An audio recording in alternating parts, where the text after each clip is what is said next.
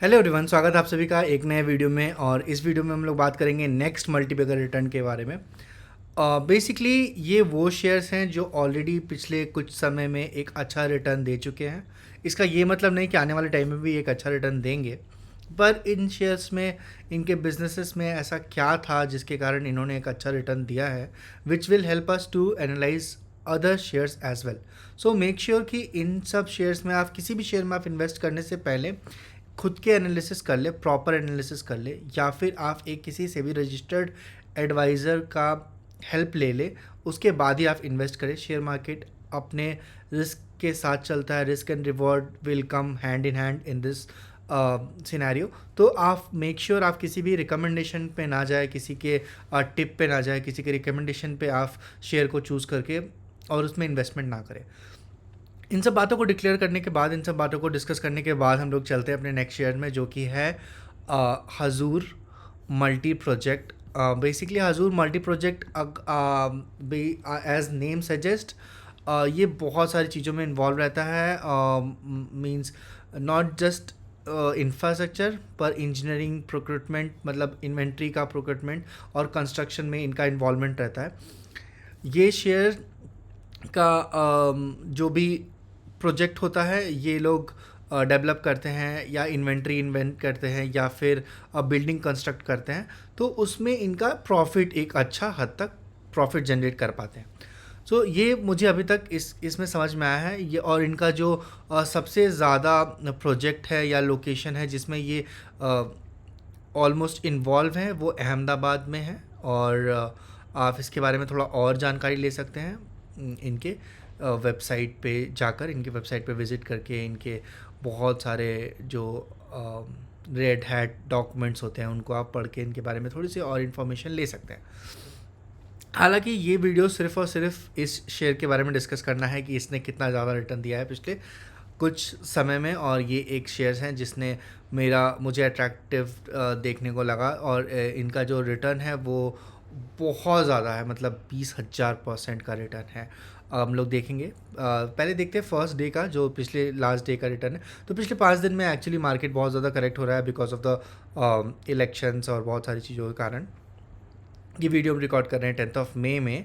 आपको may be ये video कुछ 1 या 2 दिन के बाद मिले, पर अगर आप देखेंगे तो पिछले 5 दिन में ये कुछ करेक्टेड स्टॉक्स हैं। और इस स्टॉक ने करेक्शन दिया है, पिछले 1 महीने में 10% का करेक्शन दिया है।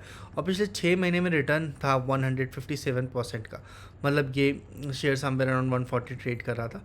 और पिछले 1 साल में इसने 200% का रिटर्न दिया है, और पिछले 5 साल में 20,000% का रिटर्न दिया है। मतलब जी हाँ, ये एक बहुत ही छोटा सा पेनी स्टॉक के था, और उसके बाद इसने एक अच्छा रनअप दिखाया है। हालांकि इसका मार्केट कैपिटल 532 करोड़ का है। 532 करोड़ का मार्केट कैपिटल बहुत ज़्यादा रिस्की होता है, मतलब सिर्फ रिस्की नहीं होता है, बहुत ज़्यादा रिस्की होता है। 500-600 का मार्केट कैपिटल का शेयर का मतलब हुआ कि अगर किसी इंडिविजुअल के पास 1,000-2,000 करोड़ रुपए है, तो वो शेयर को अपने अकॉर्डिंगली मूव कर सकता है, वो शेयर को अपने हिसाब से उठा पटक कर सकता है। तो आप इन सब शेयर में इन्वेस्ट करने से पहले 100 बार सोचें। ये शेयर रिटर्न बहुत अच्छा दे चुका है, मुझे भी दिख रहा है, और ये अट्रैक्टिव दिख रहा है क्योंकि 200 टाइम्स इसने रिटर्न जनरेट किया है, 210 गुना रिटर्न जनरेट किया है। 20,727% का रिटर्न है, जो कि बहुत ज़्यादा ह्यूज है। पर हालांकि अगर ये इतना ज़्यादा बड़ा रिटर्न इन्वेस्टमेंट कर रहा है, पर मार्केट कैपिटल सिर्फ 500 करोड़ का है, तो ये एक रिस्क फैक्टर है। तो आप इन सब चीज़ों को देख के उसके बाद ही इन्वेस्ट करें।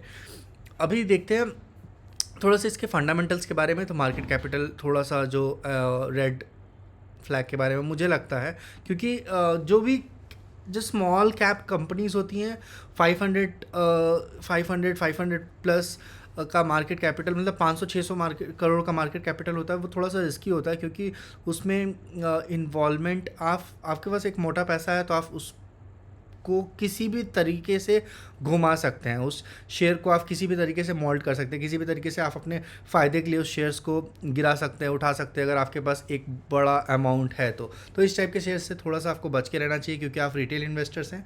रिटेल इन्वेस्टर्स के पास स्मॉल अमाउंट होता है इन्वेस्ट करने के लिए, और उस स्मॉल अमाउंट में अगर ऑपरेटर का नज़र पड़ गया तो एक बहुत बड़ा अमाउंट निकल के चला जाएगा, उनके पास चला जाएगा। सो ये थोड़ा सा रिस्क फैक्टर है। करंट मार्केट कैपिटल जो है, करंट मार्केट प्राइस जो है वो 350 रुपीज़ का है। हाई एंड लो अगर आप देख सकते हैं स्क्रीन पे 454 और 107 का है। बुक वैल्यू जो है 95 का बुक वैल्यू है। ROE रिटर्न ऑन इक्विटी 85% का अभी तक दिया है। Profit growth and sales growth is, profit growth 102% का है, सेल्स ग्रोथ माइनस में है, -20%, विच इज़ अलार्मिंग अगेन। और सबसे बड़ा इसमें जो रेड फ्लैग मुझे लग रहा है वो, अगर आप देखेंगे इन्वेस्टमेंट पैटर्न का, प्रमोटर होल्डिंग अगर आप देखेंगे ना इस शेयर में, तो आपको दिखेगा कि प्रमोटर होल्डिंग कितना कम है। तो प्रमोटर होल्डिंग का कम होने का मतलब है कि this is not good, right. Like अगर मान लीजिए ये शेयर इतना अच्छा ही है तो प्रमोटर होल्डिंग इसमें 75, मतलब ज़्यादा हो सकता था, इसके प्रमोटर्स बढ़ सकते थे। पर अगर आप देखेंगे थोड़ा सा इसको एनालाइज करेंगे तो कंटिन्यूसली पिछले 1 साल से FII फॉरेन इंस्टीट्यूशनल इन्वेस्टर्स का नज़र इस शेयर पे है और ये कंटिन्यूसली ग्रो कर रहा है। मतलब 2% कहाँ 1.36% था और वहाँ से ये शेयर 5%, 9%, अभी 11% के आसपास FII की होल्डिंग है इस शेयर में। पब्लिक होल्डिंग 63% का है और प्रमोटर्स ने अपने स्टेक्स को हटा दिया था समवेयर अराउंड सितंबर 2021 और उसके बाद 25%, 26% शेयर्स प्रमोटर्स ने होल्ड किया और अभी 26% शेयर्स प्रमोटर्स के पास है और FII का स्टेक इसमें बढ़ रहा है डेफिनेटली। DII डोमेस्ट पब्लिक का स्टेक इसमें कम हो रहा है थोड़ा सा, पर अगेन मार्केट कैपिटल 500-550 करोड़ का है। तो इस शेयर में, इन सब टाइप के शेयर्स में आप इन्वेस्टमेंट करने से पहले सोचें। हजूर मल्टी प्रोजेक्ट लिमिटेड, ये थी आज की कंपनी मल्टीबैगर, जिसने 210 गुना रिटर्न दिया है पिछले 5 साल में, जो कि बहुत ज़्यादा होता है। तो मिलते हैं ऐसे ही मज़ेदार वीडियोस के लिए, ऐसे ही इंफॉर्मेटिव वीडियोस के लिए जिसने एक अच्छा मल्टीबैगर रिटर्न दिया है। और इस सीरीज़ में हम लोग इसी चीज़ को कंटिन्यू करेंगे। हालांकि नेक्स्ट सीरीज़ आने वाला है जिसमें हम लोग सिर्फ फंडामेंटल एनालिसिस को कवर करेंगे, सारे शेयर्स के इन डेप्थ फंडामेंटल एनालिसिस करेंगे और उससे थोड़ा सा ब्रॉडर वे में करेंगे ताकि आप लोग को समझ में आ सके कि फंडामेंटल एनालिसिस करते कैसे हैं और एक परचेज़ कैसे कर सकते हैं किसी भी शेयर को, एक बाइंग लेवल क्या होता है, सेलिंग लेवल क्या होता है, वो सारी चीज़ें हम लोग अपकमिंग वीडियोस में डिस्कस करेंगे। तो ऐसे और वीडियोस के लिए आप इस चैनल को सब्सक्राइब कर दीजिए। मिलते हैं नेक्स्ट वीडियो में, तब तक के लिए टेक केयर।